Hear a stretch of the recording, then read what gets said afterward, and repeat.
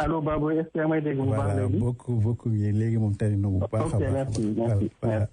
merci. voilà ok donc. voilà léegi Abdou balaa ñuy tàmbali sax dañuy. parce que comme que tàmmul ñu la dégg fii ci rajo bi bëgg nañu aussi. nga wax ñu rapidement rek kan mooy Abdou Thiaw. et surtout aussi yaa ngi foofu Boston et puis nga wax ñu tuuti rek voilà bismillah. D'accord. Donc, donc je suis le responsable de la cellule des cadres de Boston. Donc, je vis ici à Boston depuis une vingtaine d'années. Mais bon, j'ai commencé ma carrière au niveau du Sénégal. Bon, j'ai été formé d'abord au système militaire.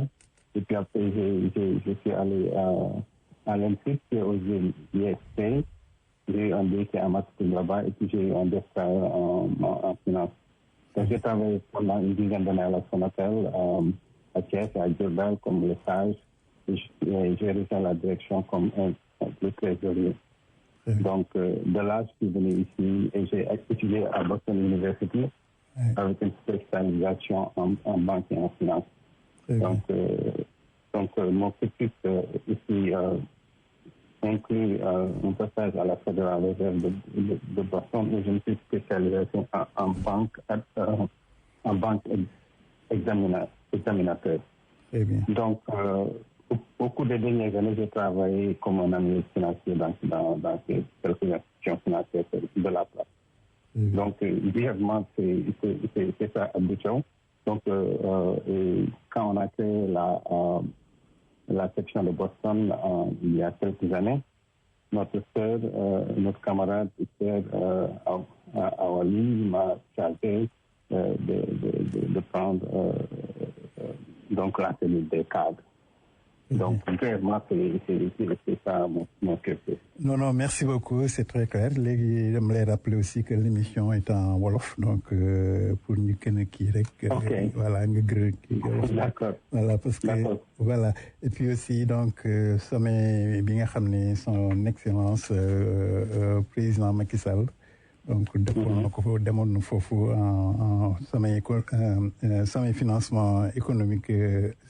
Le sommet sur le financement des économies africaines bi nga xam ne président demoon na foofu en France teew fa donc loolu mooy suñu waxtaan et puis président Macron invité wul leen fa ñu demoon fa aussi daje fa ak yeneen chef d'État donc loolu lañu bëgg a xam bon mooy suñu waxtaan tey quoi mais aussi am na ñeneen ñu waroon a ñëw mais ba léegi aussi on les attend voilà donc yow mën nga déjà ubbi waxtaan gi voilà, léegi nga jàngatal ñu situation boobu voilà merci. D'accord, merci. Donc comme ni ma ko waxee au début dama bëggoon nuyoo gërëm ci responsable politique yi jiite fii à commencer par l'honorable député Abdou Diallo, son excellence le consul El Hadj Ndao, ma sœur, sama confidente Awali, une militante de première qualité, la chef de la section de Boston. Mangi aussi à Modi Seck, mon ami, mon frère, consul honoraire de Boston. Mangi aussi la section APR de Boston. Mais mon me terminer aussi notre frère Makan, le porte-parole de la DSE et responsable de la cellule de communication. Mais xam ne que il y a quelques jours ñoom ma ubbi seen loxo accueillir ma à leur sein donc ñoo bëggoon waxtaan tey à propos sommet bi nga xam ne que notre président Macky Sall moo dem à Paris à propos du financement de la dette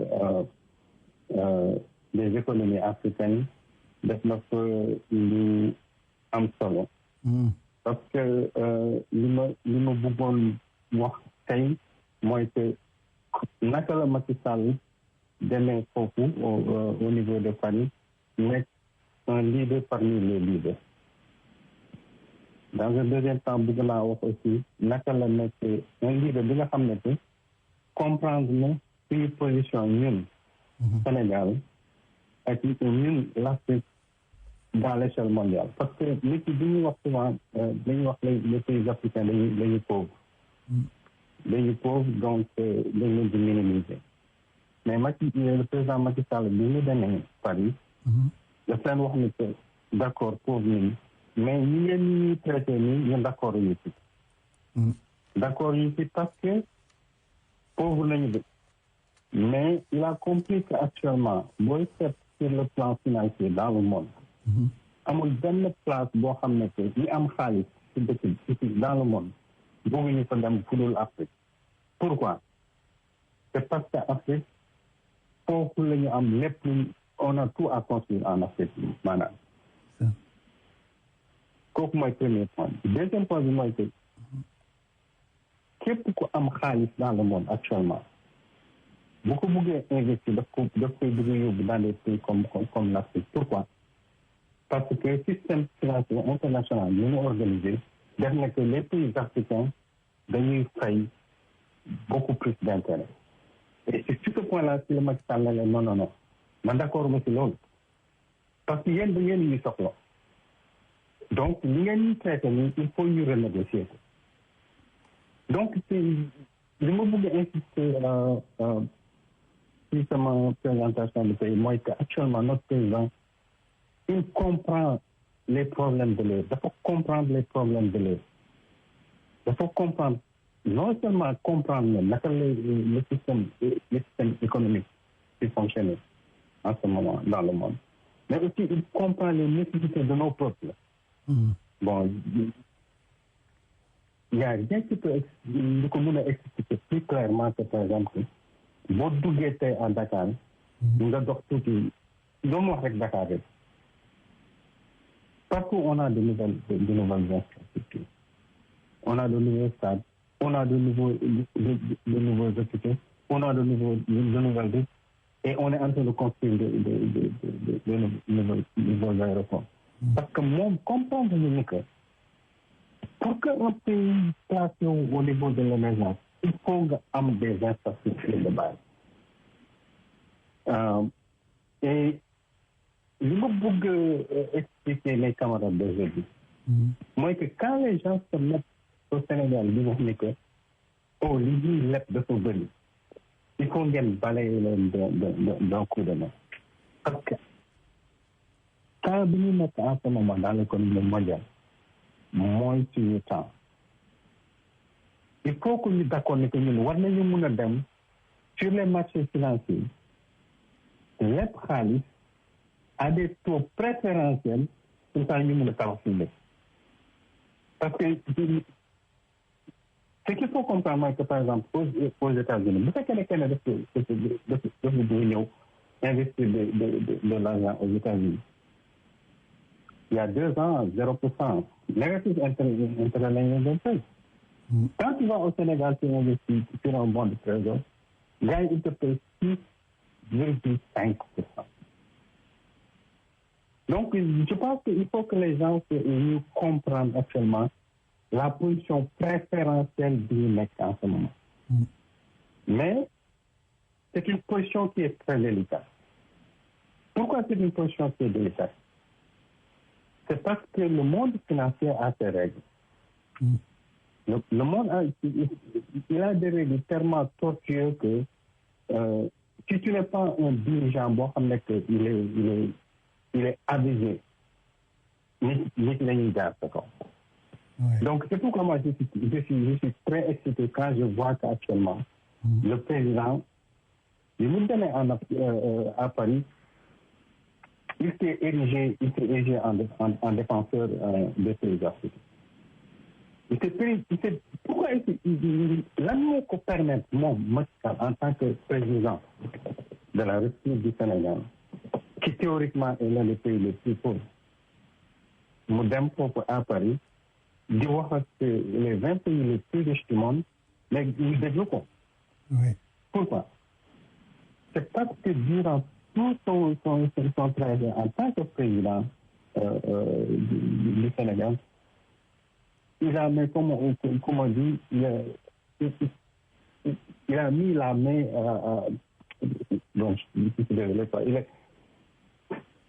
il a mis l'argent là où il devait l'être, quoi. Parce que parce que non seulement il a commencé à investir sur des projets de grande envergure.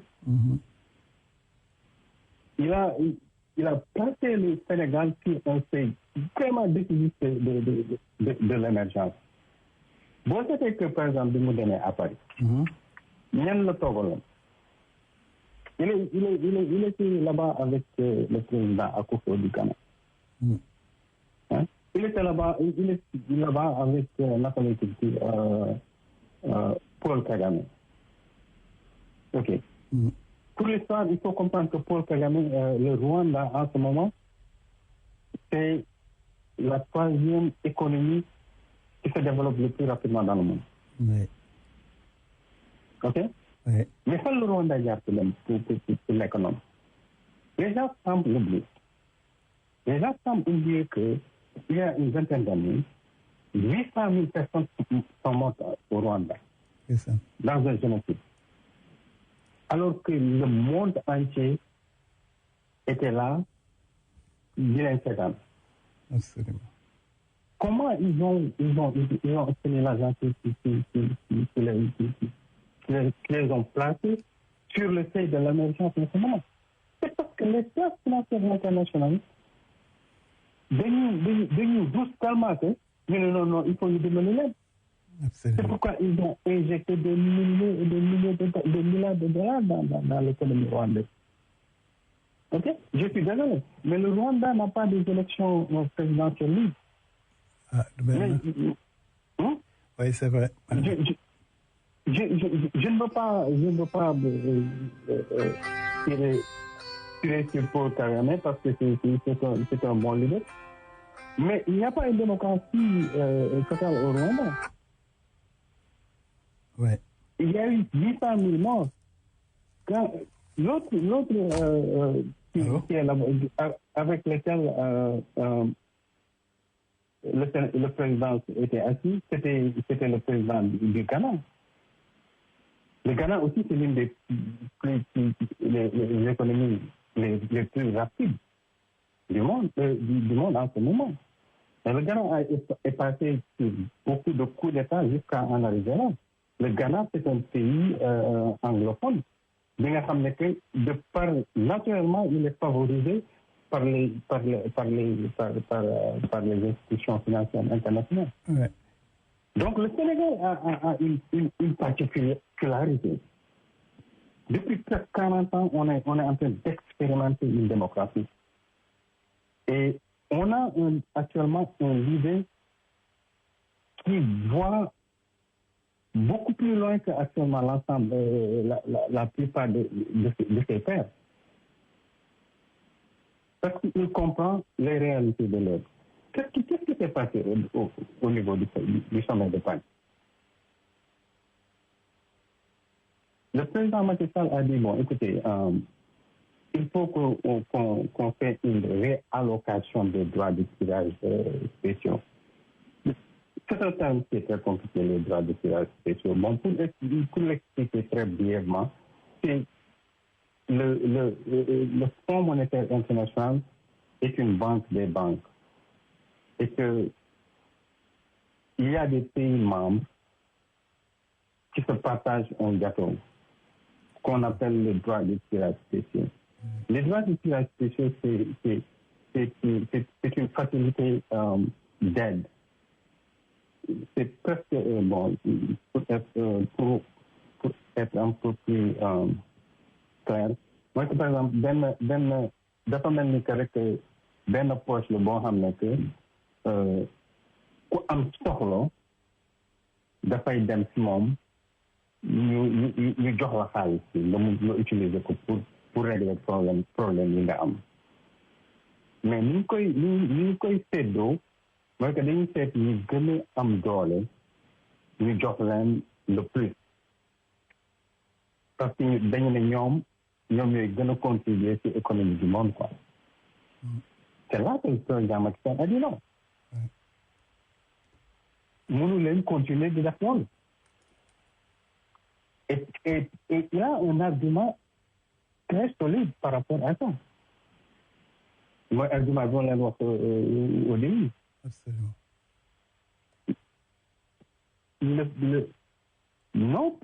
Notre pays, par exemple, le Sénégal, de 2014 jusqu'à 2019, il avait une croissance rapide là, amont.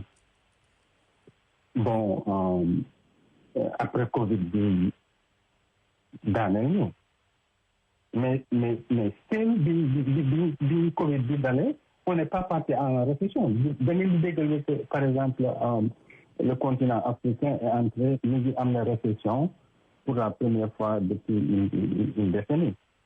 Mais le Sénégal n'est pas une récession. De récession, moi, que vous faites en 6 mois, l'économie dafay dellu ginnaaw.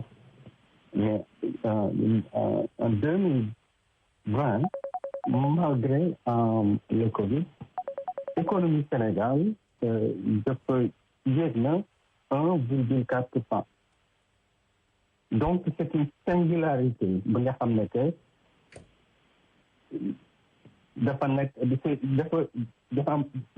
c'est une différence la quoi boo xam ne que dafa nekk par rapport ak yeneen pays africains.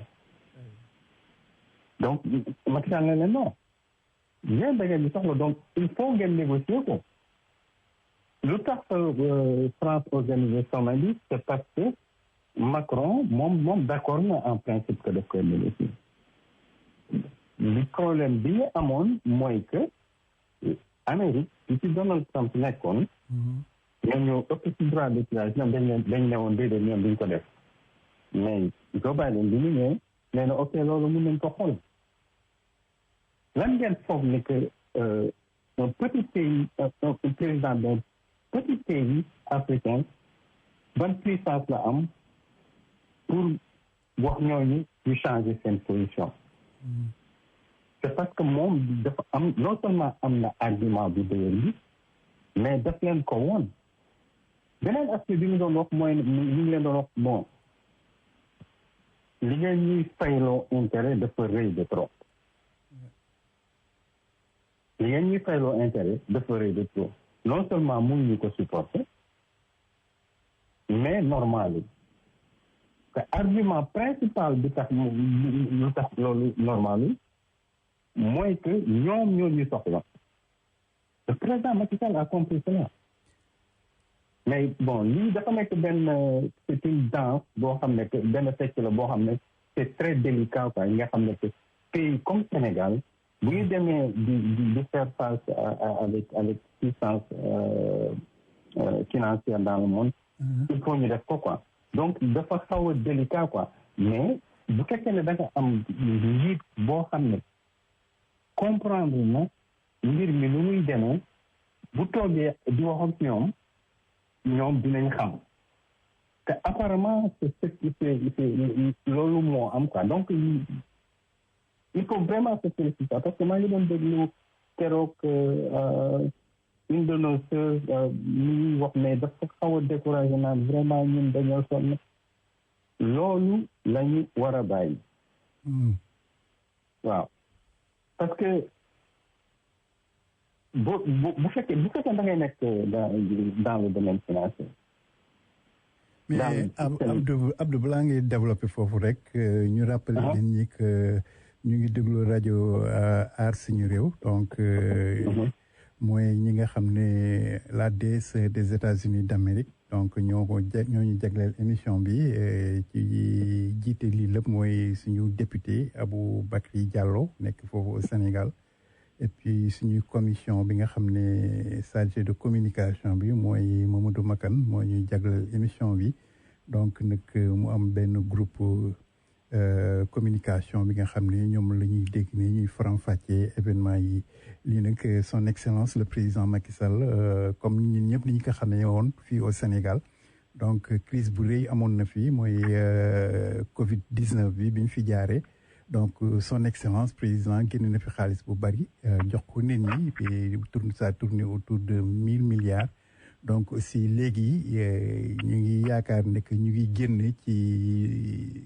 difficulté yooyu waaw looloo taxoon nag son excellence le président Macky Sall dem Sénégal voilà dem France voilà ci sommet bu rëy boobu sommet économique bu rëy boobu tout simplement pour relancer les économies africaines donc tey nag pour ñu gën kaa pour ñu gën kaa faram-fàccee pour la communauté sénégalaise bi nekk fii donc ñu invité woon Abdou Thiaw pour mu ñëw faram-fàcceel ñu ko donc si am na ñeneen aussi ñi nga xam ne waroon nañ sax dugg mais tout de suite rek comme que Abdou moo fi nekk depuis sànq rek ma may ko break tuuti rek muy jël tegal ko break musical tuuti rek le temps que mu naanal ndox rek après mu ñëwaat donc Abdou à 2 secondes rek du yàgg. Merci.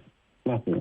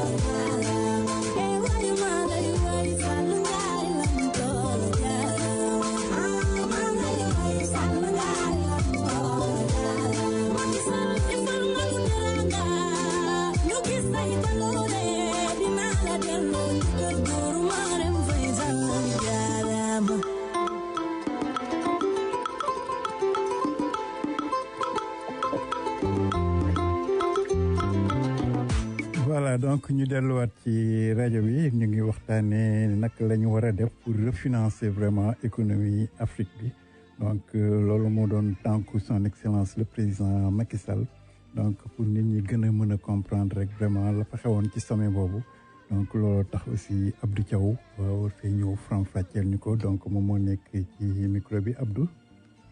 Merci Baboy. Voilà très bien. Merci. Donc, dama bëggoon wax tuuti ci loolu. Parce que bu fekkee ne da nga yor sa dëkk nga bëgg jënd ay defar ay infrastructure de base infrastructure routière portuaire aéroportuaire bu fekkee ne da nga bëgg defar da nga bëgg tabax ay hôpitaux di tabax ay tali loolu yëpp ñi nga xam ne que ci tuuti li mu nekk sur la tête de notre pays le président Macky Sall mi ngi ko doon def lu ci bëri mun nga utiliser comme ni ñuy wax épargne intérieure bi mais lu ci bëri nit ci dañuy dem utiliser li ñuy wax FDI foreign direct investment bu fekkee ne que da nga bëgg am xaalis il faut nga jënd ko prix bi moom mooy taux d'intérêt bi taux d'intérêt bi ñu ngi koy calculer la plupart du temps mooy que dañuy seet dañ naan dëkk bi am na risque bu fekkee ne dëkk bi dafa am risque prix bi nga koy jaayee xaalis bi dafay yokk waaw donc lii gaañ économie yi mel ni suñu économie yi mooy que bu fekkee ne que dañuy bëgg a jënd ay investissement yi nga xam ne que dañ koy jënd pour lu yàgg bi des fois dafa nekk ay 30 ans 40 ans donc intérêt yi fay dafay bëri tellement que dafay absorber une bonne partie suñu budget et de ce point de vue le président Macky Sall depuis le Covid bi frappé parce que il faut rappeler aussi que sommet Paris bi li ko gën a tax le point principal bi taxoon ñu organiser ko mooy que actuellement naka la ñuy mën a seetee naka la réaction après Covid bi la réaction après Covid bi comment relancer l'économie parce que le Fonds monétaire international dafay répartir 650 milliards de dollars de droits de tirage spéciaux yi ma doon expliqué ci kanam loolu mooy loolu daal ay facilité la yi nga xam ne que bu fekkee ne que depuis membre fonds bi dañu am problème ñoom dinañ leen ko mën a jox comme ça ñu mën a régler seen problème bi programme Afrique 33 milliards de dollars la fi am sur 650 milliards de dollars xeex bi président bi def moo doon dem na leen déedéet ñun d'ici 2025 on a besoin presque de 200 milliards de dollars donc il faut ngeen yokk ci donc enjeu bi loolu la bon enjeu bi loolu la l'autre enjeu mooy que depuis Covid bi ñu commencé ñu laaj les interlocuteurs yi pour ñu supprimer une partie de la dette et je pense qu'avec plus ou moins de succès ñu koy satisfaire lan moo tax Sénégal nekk ci position boobu parce que bu fekkee da nga seet un pays comme le Sénégal si dafa nekk pays boo xam ne que dafa tuuti boo seetee par exemple ñun par exemple sur les 650 milliards yooyu ma wax léegi de dollars droit de tirage bi fonds monétaire bi accordé ñu defe naa 450 millions de dollars la eggul sax un milliard de dollars et je pense que Ghana par exemple bi ma doon cité ci sama 700 millions de dollars mais ñoom xam nañ ni que ñun dëkk yi ñoo gën a soxla xaalis boobu donc seen argument bi ñu am rek mooy que ok yéen ñu soxla parce que boo seetee dans le système financier mondial en ce moment boo seetee les grandes banques yi nga xam ne que d'affaires yu nekk fii par exemple aux États-Unis ñoom ñëpp ils ont l'œil tourné vers l'Afrique parce que xam nañ ni que dans les 20 et 30 prochaines années seen marge bénéficiaire yi ñu doon am fii parce que xaalis bi dañ koy jaay parce que affaire leb xaalis bi dañ koy jaay prix bi mooy intérêt bi comme ni leen waxee sànq il y a 2 ans le prix de la dette pour les États-Unis était négatif c'est-à-dire que par exemple il y a 2 ans pour nga lebal aux États-Unis pour nga lebal xaalis États-Unis da nga leen doon fay parce que c'était négatif mais parce que dañu considérer que dollar moo nekk une monnaie sûre mais les données vont commencer à changer parce que ñi lebal xaalis ci suñu dëkk yi man la wala yow wala sa cousin parce que comment ça se passe booy liggéeyee dañ lay dagg tuuti chaque paycheck le contribuer ci sa li ñu foroonte c'est un fonds de pension c'est la même chose boo demee en Europe fonds de pension bi gën a mag par exemple en Angleterre pension fund c'est des individus ñoom ñooy financer les économies léegi nit yi dañuy jaay loolu donc pourquoi ñu koy jaay parce que ñoom dañuy investir pour leur futur donc il faut ñu seet place yi nga xam ne moo ëpp intérêt donc ñun ci argument mooy que ñun mun nañ leen fay lu ëpp yooyu seen waa dëkk yi leen mën a fay donc loolu mooy argument bi donc je pense que la visionnaire du président Macky Sall am mooy loolu parce que comprendre les réalités de l'heure donc les gens mënuñu ko nag comprendre na ko mais comme je vous disais tout à l'heure la danse benn fekk boo xam ne c'est un peu parce que bu fekkee ne aussi da ngay bëri mbër bu toll ni Double Less mais yow am nga sa bien que boo nekkee mbër bi léegi aussi il faut nga def naan pour nga mën ko daan quoi bu ma leen ko mën a expliquer un peu plus simplement c'est pas toujours mbër bi gën a mag mooy daan mais ñun moom il a compris que ñun on a des avantages yoo xam ne mën nañ toog avec des interlocuteurs ñoo xam ne que ñoom ñoo ñu ëpp doole sur le plan mondial mais ñu convaincre leen donc loolu moo nekkoon une partie de l'importance mais Sénégal c'est un pays phare en Afrique parce que boo seetee par exemple en 1900 bon maa ngi projet par exemple il y a une vingtaine d'années le Sénégal mënul woon taxaw sur les places financières internationales mais bon écoute man am naa benn bon du trésor boo xam ne dama koy jaay kenn à New York wala à Abidjan comme ça man ma fay ko intérêt mais tey Sénégal daf koy def da ngay gis pratiquement chaque jour Sénégal bu fekkee dafay souscrire ay obligations gars yi dañuy jënd yëpp lu tax loolu et loolu c'est dans les dix dernières années c'est parce que le Sénégal a été non seulement dafa am une croissance rapide mais dafa am un programme très cohérent de développement pour les 15-20 prochaines années. Parce que boo seetee les programmes qui sont dans le PSE, le plan Sénégal émergent, bi nga xam ne que actuellement essayer de deviner la réalisation. Parce que il ne faut pas que les gens se lèvent. On a vu l'époque de Senghor. On a vu le président Abdoulaye Wade il faut l'avouer à devant les politiques. Mais les réalisations du président du Macky Sall di def amul benn président bu ko def. Ok les gens dañ koy gis boo seetee amul benn document financier boo xam ne que da nga koy ubbi nga seet Sénégal te gisoo plan Sénégal en exemple. C'est des gens qui sont très yoo xam ne que dañuy mun dañoo xam naka la ñuy diriger dëkk ñoom ñoo koy xool. Le taux de réalisation bi ñu am durant les 10 dernières années de Macky Sall mais amul benn président bu ko def. Et le président a compris qu'en ce moment aussi on n'est pas en 1980 nga xam ne que le Fonds monétaire international day ñëw ne Sénégal ok il faut ma defal la ajustement structurel parce que da nga ma soxla il faut ma jox la xaalis parce que les droits de tirage yooyu Macky Sall bi négocié nii bu nekkoon en 1980 gars yi dañ koy retaan te je te dis qu'en 1980 je suis sûr que le droit de tirage c'était aux environs de 100 millions de dollars. Ouais. Parce que je me rappelle en 1997 moi j'ai vu à la Banque mondiale c'était 150 millions de dollars.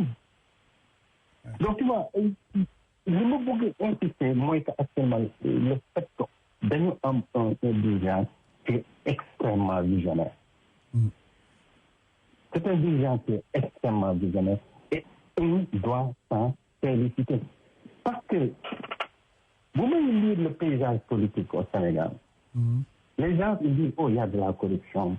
Mais Abdou balaa ngay dem balaa ngi kii pour me rappeler nit ñi rek il nous reste plus de 10 minutes pas plus 10 minutes moo ñu dese te aussi bëggoon naa aussi benn question vraiment même bu dee kii souvent fii nit ñi li ñu mën a comprendre mooy que ñun xam nañ que l'Afrique a besoin de 400 milliards de dollars actuellement nii pour pour taxawaat. Voilà, mais les gens n'arrivent pas à comprendre lu tax Afrique di dem di leb tout le temps. Voilà, donc vraiment c'est lii mooy point bi nga xam ne vraiment africains yi mooy li ñuy coow waaw lu tax ñuy dem di leb. Comment pouvez-vous expliquer ça aux Sénégalais yi ñuy déglu?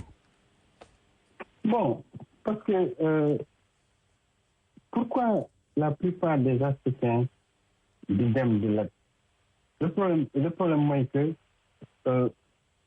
il y a toujours une imbalance entre ñun li ñuy produire ak suñu besoin.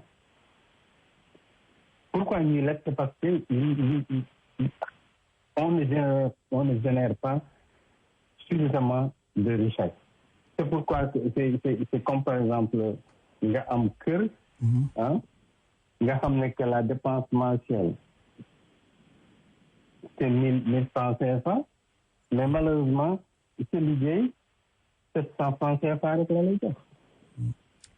mais c'est-à-dire que li ma bëgg wax Abdou mooy que nit ñi dañ ñaan que leb baaxul pour que lu tax ñuy leb or que pour nga développer wu il faut vraiment parce que c'était des pays comme les États-Unis d'Amérique. Très bien. Si, merci de me poser cette question extrêmement importante. Ouais. Leb actuellement c'est un faux problème. Que les gens disent leb baaxul comprendre parce que le système financier dans le monde partout voilà base bi mooy leb c'est-à-dire que ñi nga xam ne que dañuy économiser dañuy denc seen xaalis ñi ko dencee il faut ñu fay leen te ki leen fay mooy ñii leb ok donc bu fekkee ne da nga bugg développer bu fekkee da nga am un programme cohérent par exemple comme le PSE wala nga bëgg par exemple construire une grande ville comme Diamniadio boo lebee sa économie intérieure dina produire suffisamment d'argent boo xam ne que dina am surplus boo xam ne di nga mën a fay li nga leb teg ko ci ok c'est comme ça que ça marche le problème par exemple aux États-Unis le système marche autour de la dette lépp baaxul bu fekkee ne que yow boo lebee doo mën a produire mais bu fekkee da nga am un programme cohérent li nga leb yàquloo ko nga investir ko mais c'est bon mais bu fekkee da nga bëgg par exemple am boutique da nga bëgg defar benn boutique nga am sa benn oncle boo sa benn nijaay boo xam ne que il est millionnaire da ngay mun nga dem ne ko nijaay doo ma lebee 500 000 ma jënd marchandise bu ma jëndee marchandise bi bu ma amee profit ma delloo la c'est aussi simple que ça donc bu fekkee da nga nekkal la c'est un faux débat parce que bu fekkee da nga créer richesse dina mën a fay li nga leb li nga mënul def mooy que nga leb ba pare li nga ne da nga ne woon da nga ko si def defaloo ko si nga dem def ko si leneen wala nga del ko dugal ko sa poche ok et puis il faut comprendre que aussi et on n'est pas dupe amul benn système boo xam ne que amul corruption même aux États-Unis il y a de la corruption et les États-Unis se disent oh non c'est un pays parfait c'est pas vrai je suis désolé mais on a vu l'administration Donald Trump le moment et Donald Trump il a une bonne guerre mais toujours il y a des gâcheries loolu ça fait partie ak how we do dafay ñëw ak doing business vraiment donc c'est des mots qui viennent mais nit ñi buñ la leb il faut balancer ça d'entrée ku ne ko au Macky Sall dafa la bon par exemple la ma di bi ça coûte 1 000 milliards de dollars mais bu fekkente dañuy jënd kër par exemple à 4 millions au Sénégal dans 20 ans kër gi ça va être évolué à 12 millions wala 15 millions je me rappelle il y a une vingtaine d'années à la BDM boo demoon foofu moo nga fa am terrain à 4 millions léegi boo ko bëggee ñaata la il faut nga dépenser au moins 70 millions bu fekkee ne da ngay investir dans les infrastructures longues mun nga la non léegi li ñuy wax mooy que bu ko yàq bu ko passer bu ko def foo xam ne que waroo ko woon def mais ñun on a démontré que le Sénégal est un bon c'est quelqu'un qui est capable de faire ça moo tax un président comme Macky Sall un pays qui est relativement petit muy dem di taxaw dans des conférences yi nga xam ne que les 20 pays les plus riches du monde dañ koy déglu parce que ils savent que moom li muy def dafa yoon donc il faut qu'on soit prêt à parce que xam naa ne que temps bi ñu ngi bëgg jeex malheureusement. Oui j'ai juste 3 minutes. Oui. Waaw tu vois donc temps bi ñu ngi jeex les gens il faut que vous vous engagez à défendre nos programmes. Oui. Parce qu'on est sur la bonne voie. Oui. Le président Macky Sall l'a démontré. Et il continue à le démontrer tous les jours. Il il a démontré qu'il comprend les problèmes de l'heure. C'est pourquoi il a dit aux Européens, écoutez, il faut que vous diminuiez le poids de notre dette. Parce qu'il comprend qu'aussi on a des problèmes de sécurité. Il faut, par exemple, le Sénégal a les meilleures armées. On va acheter des armes. On doit s'adapter au changement climatique. Hein? Donc, l'autre aspect qui est non négligeable, moi, actuellement, en tant que leader africain, le président Macky Sall a bien compris qu'actuellement, le chemin de l'émergence n'est pas facile. Mais il passe actuellement par une intégration progressive des échanges réels entre les pays africains. C'est pourquoi il s'est érigé actuellement en leader pour construire des infrastructures qui ont favoriser actuellement les échanges entre les peuples. So,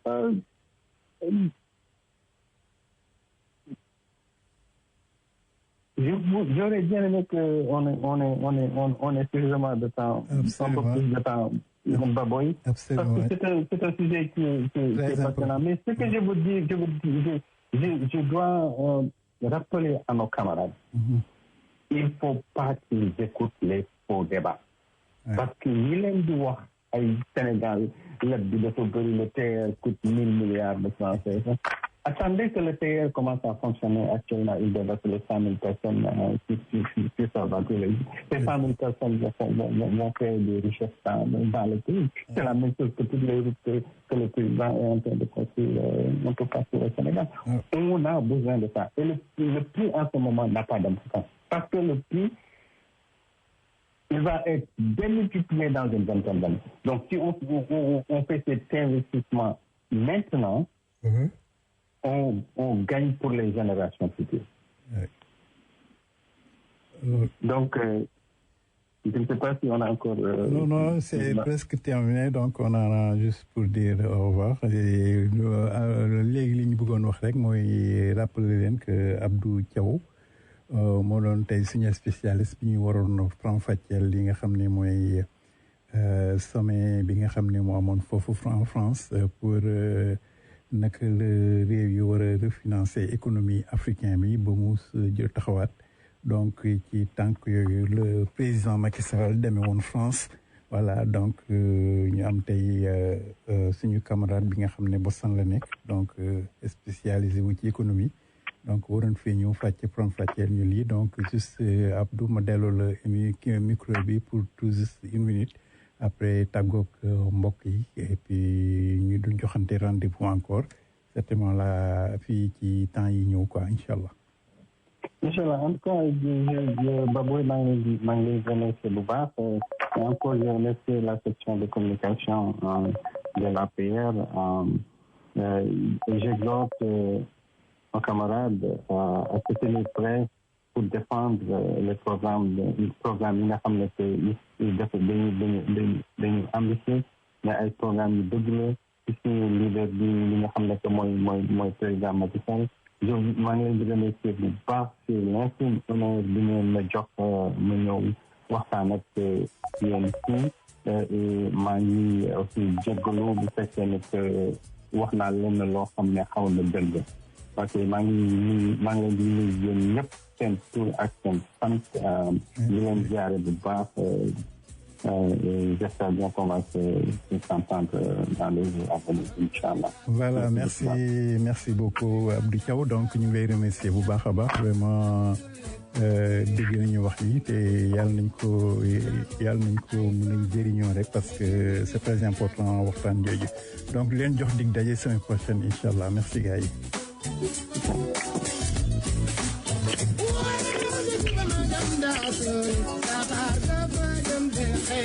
I'm